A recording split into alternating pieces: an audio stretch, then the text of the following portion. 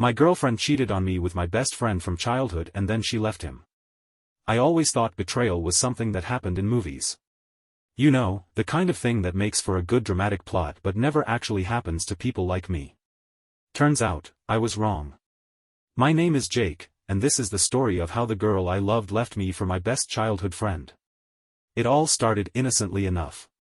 Rachel and I had been together for almost 3 years, and for the most part, I thought we were happy. Sure, we had our ups and downs like any couple, but I never imagined she was capable of doing what she did. And the worst part? She didn't just leave me. She left me for Ryan, my best friend since we were kids. The guy I used to build forts with in my backyard, the guy who had been my brother in everything but blood. I still remember the exact moment my world came crashing down. It was a warm Saturday afternoon, and I was heading over to Rachel's place. She had been acting distant for weeks, and I was determined to figure out why.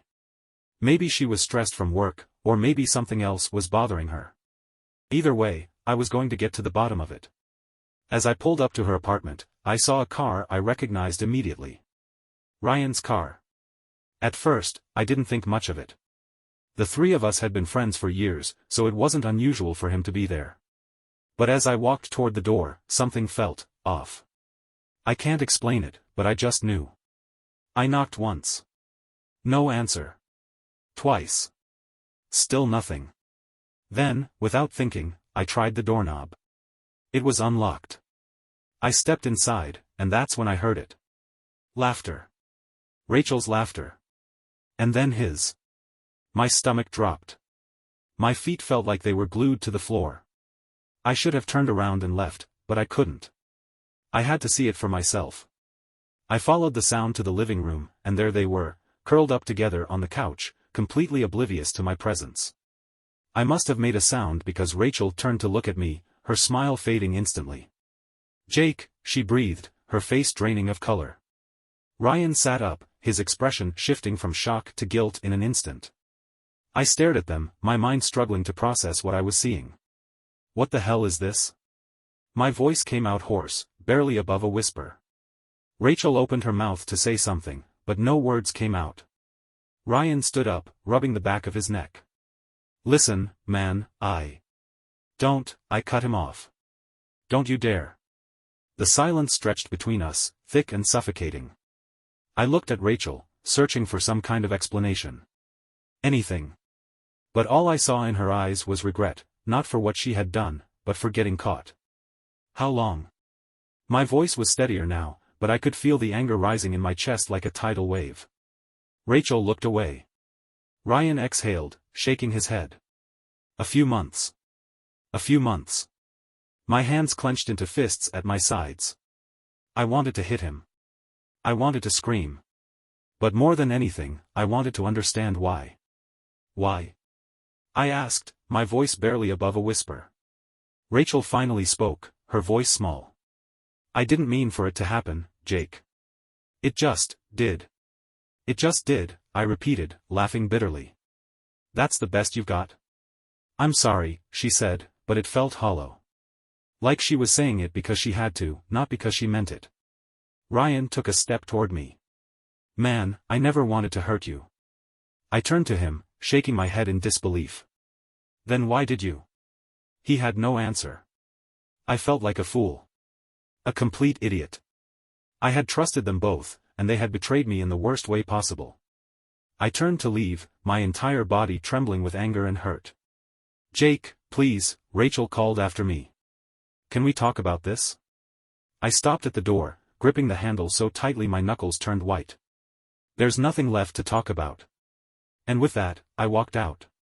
The days after that confrontation passed in a blur. I wish I could say I handled it well, that I moved on quickly and didn't let it get to me. But that would be a lie. I barely slept. I barely ate. I replayed that moment in Rachel's apartment over and over in my head, dissecting every detail, trying to figure out what I had missed. When had she stopped loving me? When had Ryan decided I didn't matter enough to him anymore? I didn't reach out to either of them. I refused to. But that didn't stop Ryan from trying. The first text came the night after I caught them. "Ryan, can we talk?" I didn't reply. The next morning, another one. Ryan, I swear, I never wanted to hurt you. I still want us to be friends. Friends. I threw my phone across the room. A few days later, he showed up at my place. I opened the door, barely looking at him. Leave. Jake, just hear me out, he pleaded. I never meant for this to happen. I didn't plan it. I swear. I clenched my jaw. You keep saying that like it makes a difference. He rubbed his face, sighing. I still care about you, man. You're my best friend. I laughed bitterly. Best friend? I stepped toward him. A best friend wouldn't stab me in the back. He winced. I know. I know I messed up. I studied his face. He looked genuinely guilty, but I couldn't bring myself to care. You made your choice, I said finally. Now live with it. I shut the door in his face. Rachel tried to reach out, too. A week after I walked out of her apartment, she called me. I let it go to voicemail. Then she texted. Rachel, please, Jake. I just want to explain. Explain what? That she had been lying to my face for months. That she had been sneaking around with my best friend while telling me she loved me. I ignored her. But she didn't give up. One night, there was a knock at my door. I hesitated. I knew who it was before I even opened it. Rachel stood there, her eyes red and puffy like she had been crying. Jake, she said softly. Can we talk?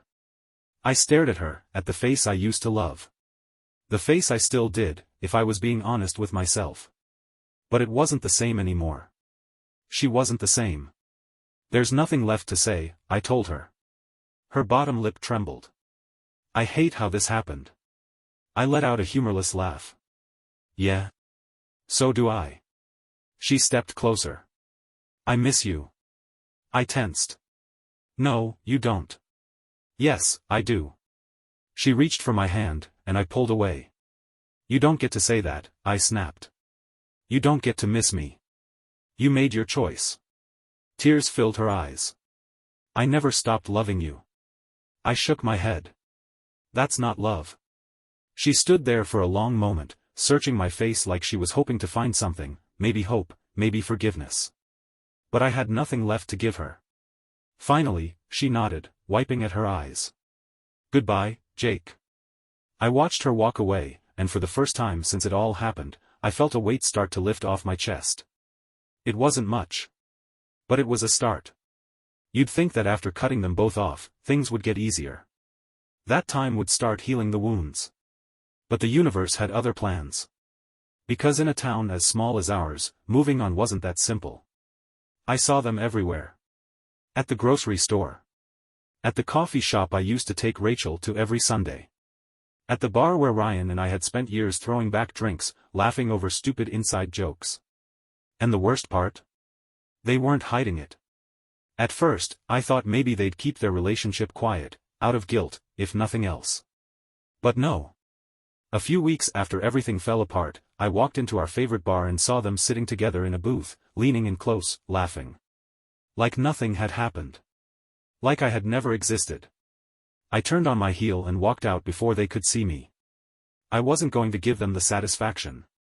But avoiding them didn't mean the memories stopped haunting me. Everywhere I went, there was a reminder of what I had lost. The park down the street from my apartment, the place Rachel and I had once spent lazy summer afternoons, stretched out on a blanket, dreaming about the future. The diner on Main Street where Ryan and I used to go after school, stuffing our faces with greasy burgers and making each other laugh until our stomachs hurt. Even my apartment didn't feel like mine anymore. It felt hollow. Like a space I was just existing in, not living in.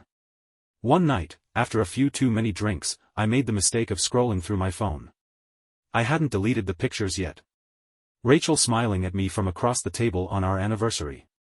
Ryan and me, arms slung over each other's shoulders, grinning like idiots after winning a game of pickup basketball. I should have deleted them right then and there. But I didn't. Instead, I threw my phone onto the couch, buried my face in my hands, and let the weight of it all crash down on me. Because no matter how angry I was, no matter how betrayed I felt, I missed them. I hated myself for it, but I did. I thought about leaving town. Packing up, starting fresh somewhere new. But the idea of running away didn't sit right with me. Why should I be the one to leave? Why should I let them take that from me too? So instead of running, I threw myself into work.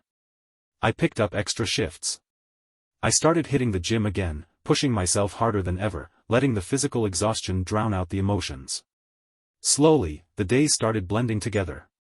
And then, just when I thought maybe, just maybe, I was starting to move on, Ryan showed up at my door again.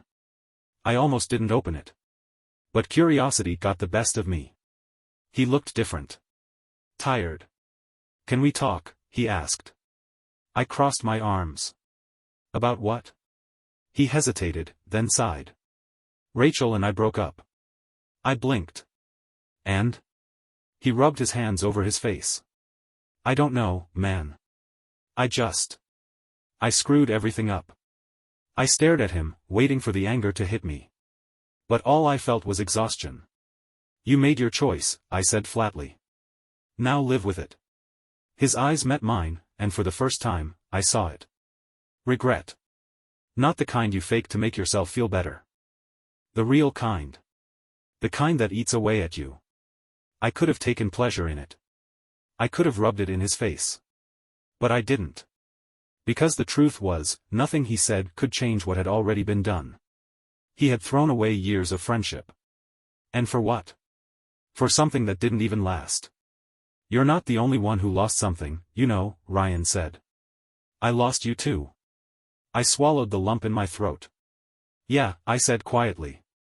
"You did." I shut the door. And this time, I didn't look back. After that conversation with Ryan, something shifted in me. I had spent months drowning in anger, in sadness, in the overwhelming feeling of betrayal. The days turned. I kept moving forward. I started seeing friends again, the ones I had pushed away in the aftermath of everything. Turns out, I had people in my corner all along. I had just been too caught up in my own misery to notice. I picked up new hobbies. Started hiking. Joined a boxing gym. Traveled to places I had always wanted to go but never had the time for. And then, one day, something happened that I never saw coming. I met someone. Her name was Emma. I ran into her, literally, at a bookstore downtown. I had been reaching for a book at the same time she was, and our hands brushed. She laughed. I apologized. And then, somehow, we ended up talking for hours. She was different from Rachel in every way. Where Rachel had always been polished and careful, Emma was spontaneous and full of life. She had this way of looking at the world that made everything seem a little bit brighter. For the first time in a long time, I felt something stir in me again. Hope. I won't lie and say it was easy. Some wounds take time to heal.